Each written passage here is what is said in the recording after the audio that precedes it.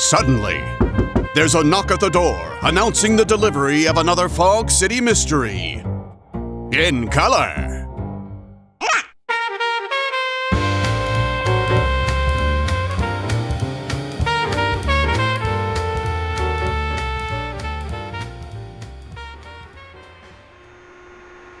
Tonight's episode, the Cha Cha charged conclusion to Framed in the First Degree.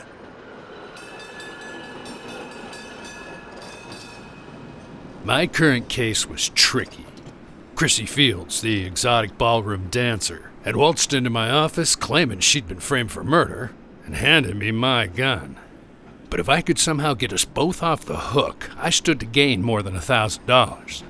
So me and Doyle McCoppin, Fog City's most eligible kiltsman, were out looking for answers. Stonestown driver, and make it snappy. What am I missing here, Doyle? Well, you're missing the sense your dad should have knocked into your head long ago.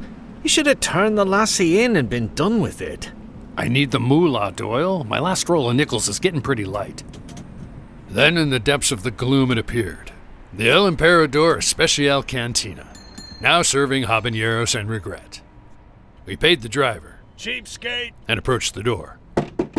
I knocked and the peephole slid open with a click. With a click? Or on this night, slid open silently. Yeah, buddy, what do you want? I'm here to see the snitch. Password? Pollo Vallarta. Ah, Mr. Park. So good to see you and the inspector again. And Mr. Park. Yeah?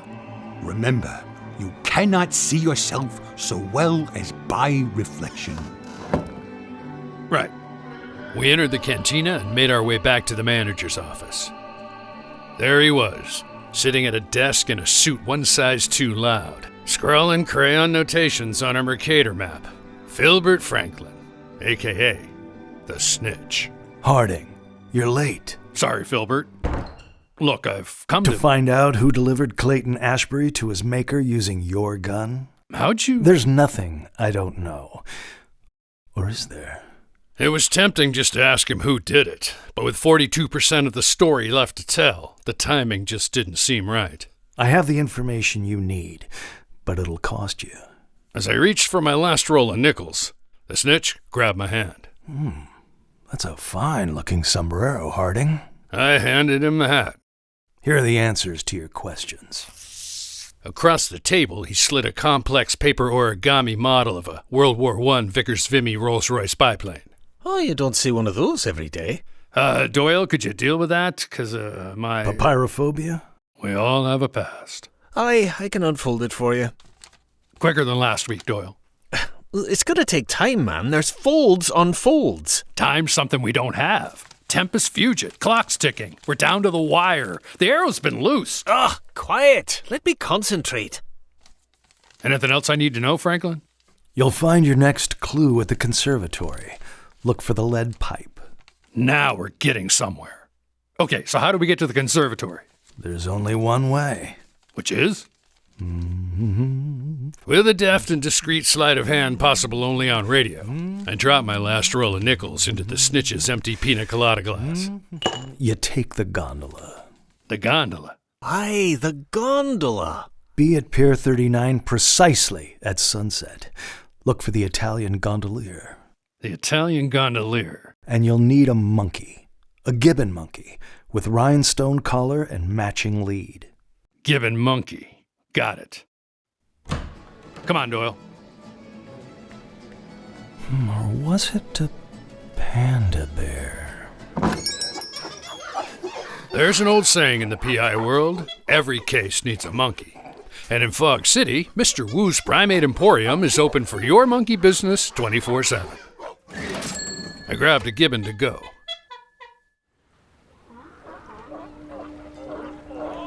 Moments before the sunset, Doyle and I stood at the end of the old, decrepit, buffalo-infested Pier 39. This the gondola to the conservatory?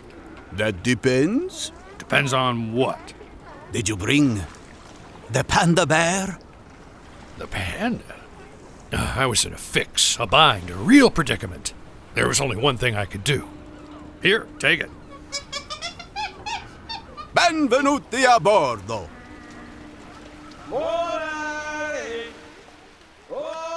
The boatman pulled us up the Arguello internal waterway towards the conservatory. Done. Harding, I've finished unfolding the wee plane. That was fast. What's it say? Well, it doesn't say not. It's a photo. A nanny cam photo of Chrissy Fields shooting Clayton Ashbury with your gun. My God, it's a clue. Change of plans, Giuseppe. Take us to the Barbary Coast Exotic Ballroom, pronto. I suggest making one wee stop along the way.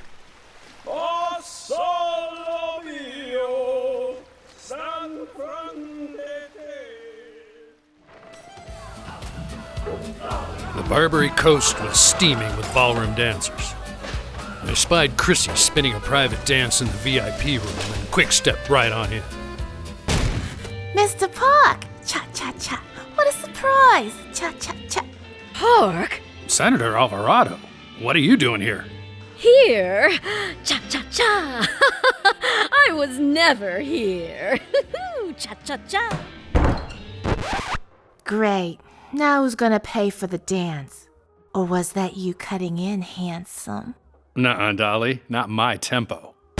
Chrissy Fields, I accuse you of murdering Clayton Ashbury in the billiard room with the gun. That's crazy! So you deny it?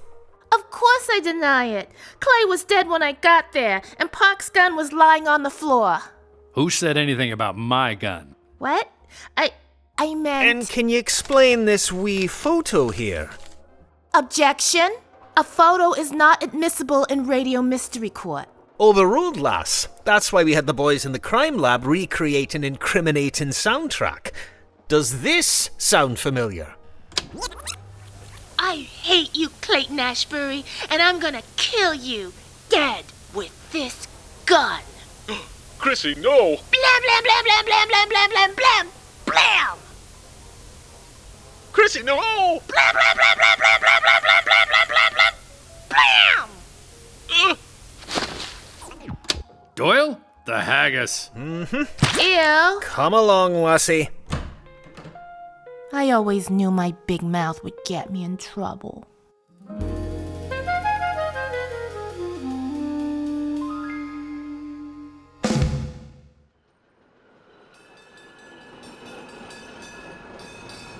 Snitch had left a message at my office. He wanted to meet up over in Yerba Buena Gardens post-haste, which was odd since he didn't like fresh air, public spaces, or pigeons.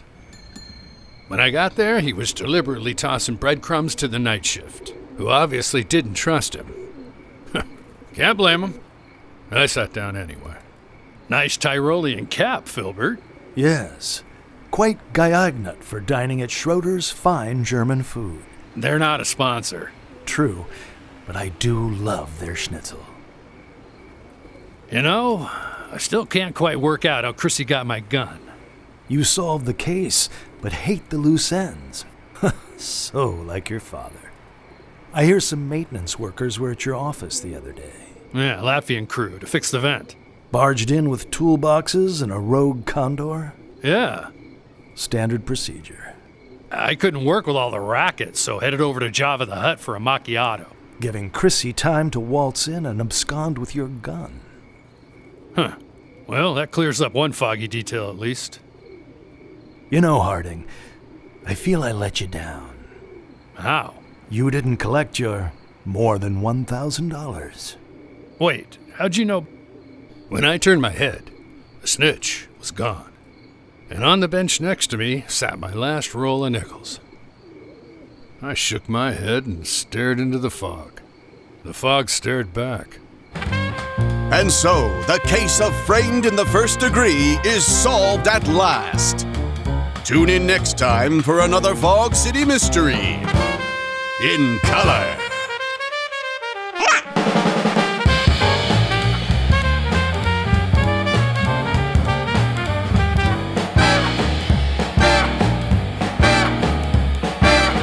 Framed in the First Degree was written by Glenn Carlson and Digby Christian, and featured the voice talents of Glenn Carlson, Marilynn Fowler, Gavin Hammon, John Parsons, Mark Atherlay, John Bejarano, and Melissa Hutchison. Music by the Fog City 5. Recorded at Working Title Recording Studios, engineered by Forrest Lawrence. Produced and directed for What You Say Productions by Glenn Carlson. Subscribe to the Fog City Mysteries in color on Apple Podcasts, Spotify, YouTube, and wherever fine mysteries lurk in the fog.